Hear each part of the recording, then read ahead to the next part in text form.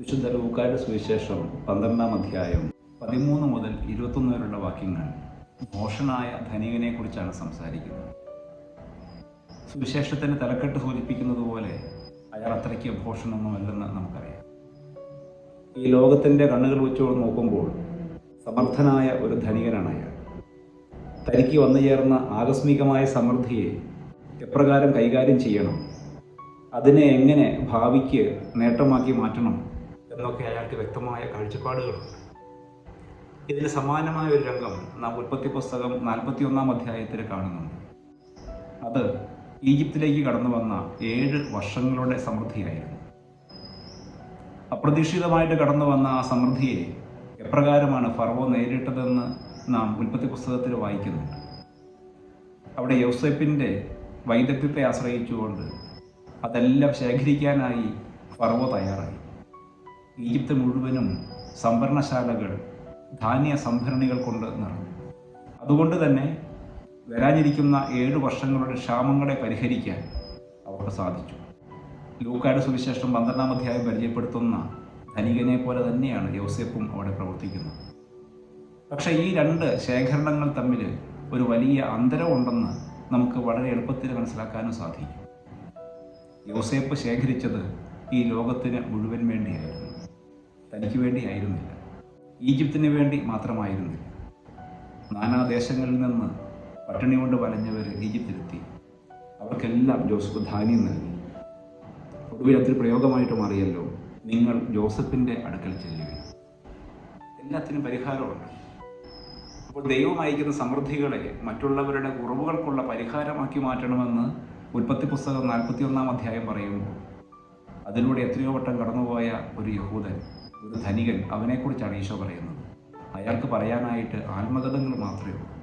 സംസാരിക്കാൻ പോലും ഒരാളില്ലാതെ പോകുന്ന ഒരു മനുഷ്യൻ. അയാൾക്ക് ഒത്തിരിയേറെ സമ്പത്തുണ്ടാകുന്നു, സമൃദ്ധി ഉണ്ടാകുന്നു. അയാൾക്ക് പറയാനുള്ളത് തന്നോട് മാത്രമാണ്.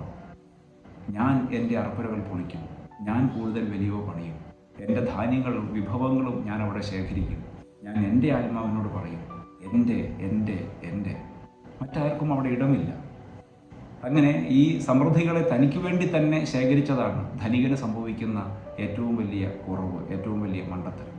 ഇന്നത്തെ ലേഖനത്തിൽ തിമോത്തിക്ക് എഴുതുന്ന 1-ാമത്തെ ലേഖനം 6-ാം അധ്യായം 17 മുതൽ 21 വരെയുള്ള വാക്യങ്ങളിൽ പൗലോസ് തിമോത്തിക്ക് കൊടുക്കുന്ന ഉപദേശമാണ്. അവിടെ പറയുന്നുണ്ട്, സൽപ്രവൃത്തികൾ കൊണ്ട് സമ്പന്നരാകും. ഭൗതികമായ സമ്പത്തിൽ ആശ്രയം വയ്ക്കരുത്. സൽപ്രവൃത്തികളുടെ സമ്പന്നത ഒരു ശുശ്രൂഷകനെ എപ്പോഴും വലയം ചെയ്തിരിക്കണം. അവൻ ആശ്രയിക്കേണ്ടത് ഈ ഭൂമി നൽകുന്ന സൗഭാഗ്യങ്ങളിലും സമൃദ്ധികളിലുമല്ല, മറിച്ച് അവൻ ചെയ്യുന്ന സൽപ്രവൃത്തികളുടെ സമ്പന്നതയാണ് അവനെ സ്വർഗത്തോളം എത്തിക്കേണ്ടത്. പ്രിയമുള്ളവരെ, ഇന്നത്തെ സുവിശേഷത്തിലൂടെ കടന്നു പോകുമ്പോൾ നമുക്ക് ധ്യാനിക്കാം, എപ്രകാരമാണ് നമ്മുടെ ജീവിതത്തിൻ്റെ സമ്പന്നതയെ നമ്മൾ നിർണ്ണയിക്കുന്നത്. അത് ഭൗതികമായ വസ്തുക്കളെ കൊണ്ടുള്ള ഒരു സംതൃപ്തിയും സന്തോഷവും അഭിമാനവും മാത്രമാണ്? അതോ അത് മറ്റുള്ളവർക്ക് വേണ്ടി പങ്കുവയ്ക്കുമ്പോൾ, മറ്റുള്ളവർക്ക് ഇടം കൊടുക്കുമ്പോൾ നാം അനുഭവിക്കുന്ന ആത്മസംതൃപ്തിയാണ്? ഇന്നത്തെ സുവിശേഷം പരിചയപ്പെടുത്തുന്നത് പോലെ മറ്റാർക്കും ഇടം കൊടുക്കാത്ത ഒരു ജീവിതം, അവിടേക്ക് കടന്നു വരുന്ന സമൃദ്ധികൾ ശൂന്യമായി പോകും. അതിന് ഒരു രാത്രിയുടെ പോലും ആയുസ്സുണ്ടാവില്ല എന്ന് ദൈവം അയാൾക്ക് വെളിപ്പെടുത്തുകയാണ്. ഭോഷ, ഇന്നു രാത്രി നിന്റെ ആത്മാവിനെ ഞാൻ നിന്നിൽ നിന്ന് ആവശ്യപ്പെടും. അപ്പോൾ നീ ഒരുക്കിയിരിക്കുന്നവ ആർക്കുള്ളതാണ്? പ്രിയമുള്ളവരെ, പങ്കുവയ്ക്കാനുള്ള, പരിഗണിക്കാനുള്ള ഒരു വലിയ ഉത്തരവാദിത്വം നമ്മെ കാത്തിരുന്നു. പൂർവ്വ യോസേപ്പിനെ പോലെ ദൈവം തരുന്ന സമൃദ്ധികളെ ഭാവിക്കായി, മറ്റുള്ളവർക്കായി, അവരുടെ നന്മകൾക്കായി പങ്കുവയ്ക്കാൻ, സൂക്ഷിക്കാനുള്ള, കൈകാര്യം ചെയ്യാനുള്ള സിദ്ധിയാണ് നമ്മെ ദൈവസന്നിധിയിൽ സമ്പന്നനാക്കുന്നത്. നമ്മൾ തമോഗർത്തങ്ങളെക്കുറിച്ച് കേട്ടിട്ടുണ്ട്. സ്റ്റീവൻ ഹോപ്കിൻസിൻ്റെ അതിമനോഹരമായ പുസ്തകമാണ് the black holes and the baby universe. നമുക്കറിയാം, മരിച്ചുകൊണ്ടിരിക്കുന്ന ഒരു നക്ഷത്രമാണ്, ഇല്ല മരിച്ചു കഴിഞ്ഞ ഒരു നക്ഷത്രമാണ്.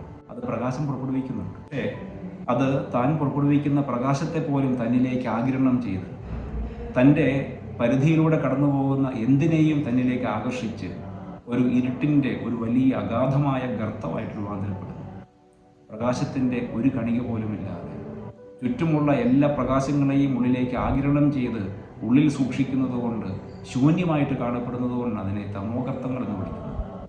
പ്രിയമുള്ളവരെ, ദൈവസന്നിധിയിൽ പുണ്യപ്രവൃത്തികൾ കൊണ്ട് സമ്പന്നരാകാൻ നാം തയ്യാറാകുന്നില്ലെങ്കിൽ നമ്മളെ കാത്തിരിക്കുന്ന ദുരന്തം ഇതാണ്. നമ്മളും തമോഗർത്തങ്ങളായിട്ട് മാറും. അവിടെ ഞാനും എൻ്റേതും എനിക്കുള്ളത് മാത്രവുമായി നമ്മുടെ ചിന്തകളും നമ്മുടെ പദ്ധതികളും അവശേഷിക്കും. നമ്മുടെ പദ്ധതികളിലേക്ക് ദൈവത്തിനും അവരനും ഇടം കൊടുക്കുമ്പോഴാണ് നമ്മൾ ദൈവസന്നിധിയിൽ സമ്പന്നരാകുന്നത്. ഭൂമിയിലെ സമൃദ്ധികളിൽ ആശ്രയം വയ്ക്കാതെ അവയെല്ലാം മറ്റുള്ളവർക്കായി പങ്കുവെച്ചുകൊണ്ട്, മറ്റുള്ളവരെ പരിഗണിച്ചുകൊണ്ട് ദൈവസന്നിധിയിൽ സമ്പന്നരാകാനായിട്ട് നമുക്ക് പരിശ്രമിക്കാം. ദൈവം നമ്മെ സമൃദ്ധമായിട്ട് അനുഗ്രഹിക്കും.